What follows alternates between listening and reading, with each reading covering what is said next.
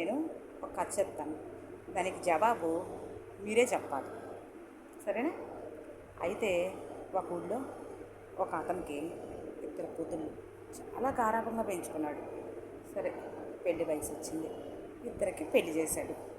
పెళ్లి చేస్తే పెద్ద అమ్మాయిని ఒక రైతు కుటుంబానికి ఇచ్చాడు, రెండో అమ్మాయిని ఒక మట్టి కుండలు తయారు చేసే వాళ్ళ కుటుంబానికి ఇచ్చాడు.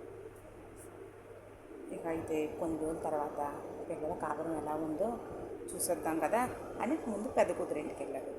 వెళ్తే, అమ్మ ఎలా ఉన్నావు, నీ కుటుంబం ఎలా ఉంది అని చెప్పడంతో, నాన్నగారు చాలా బాగున్నాను, నేను బాగా చూసుకుంటున్నారు, మేము పొలం చాలా వేసుకుంటున్నాము, సాగు చేయడానికి అంతా దున్ని వాన కోసం ఎదురు చూస్తూ విత్తనాలన్నీ రెడీ చేసి పెట్టుకున్నాం.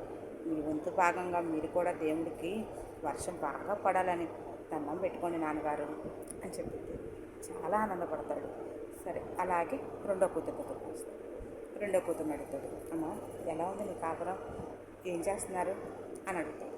నాన్నగారు నేను చాలా బాగున్నాను, మేము మట్టి కుండలు బాగా తయారు చేసాము, చాలా బాగున్నాయి. అయితే నాకు వర్షం పడిద్దేమోనని దిగులేస్తుంది, ఎందుకంటే వర్షం పడితే కుండలు నానిపోయి ఇదైపోతాయి కదా, వర్షం పడకోకుండా ఎండ బాగా వేయాలని మీరు కూడా నా తరపున దేవుణ్ణి మొక్కుకోండి నాన్నగారు అని చెప్పారు.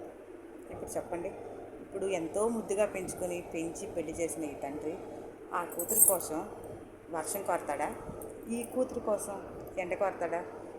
మీరే కామెంట్ చేయండి.